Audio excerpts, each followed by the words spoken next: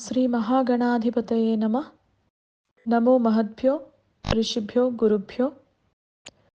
By bowing down to the Divine Mother Father of the Universe, the Holy Siddhas, the entire Guru Mandal, and Divine Mother Varahi, let's get into today's topic of Varahi Karya Siddhi Prakriya. So this Kriya of Ma Varahi needs to be done continuously for 12 days. All the 12 days, Kumkum needs to be offered to the Divine Mother for each of these 12 names that we are going to recite. Kumkum needs to be offered either on the Meru Shri Chakra or a printout of Sri Yantra, or in a small cup placed in front of Divine Mother.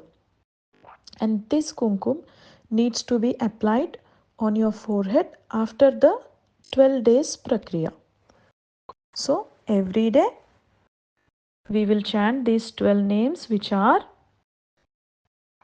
Sri Panchamyai Namaha, Sri Dandanathaye Namaha, Sri Sanketayai Namaha, Sri Samayeshwaryai Namaha, Sri Samaya Sanketayai Namaha, Sri Varahyai Namaha, Sri Potrinyai Namaha, Sri Shivayai Namaha, Sri Vartalyai Namaha, Sri Mahasenayai Namaha, Sri Ajnachakreshwaryai Namaha, Sri Arignyai Namaha.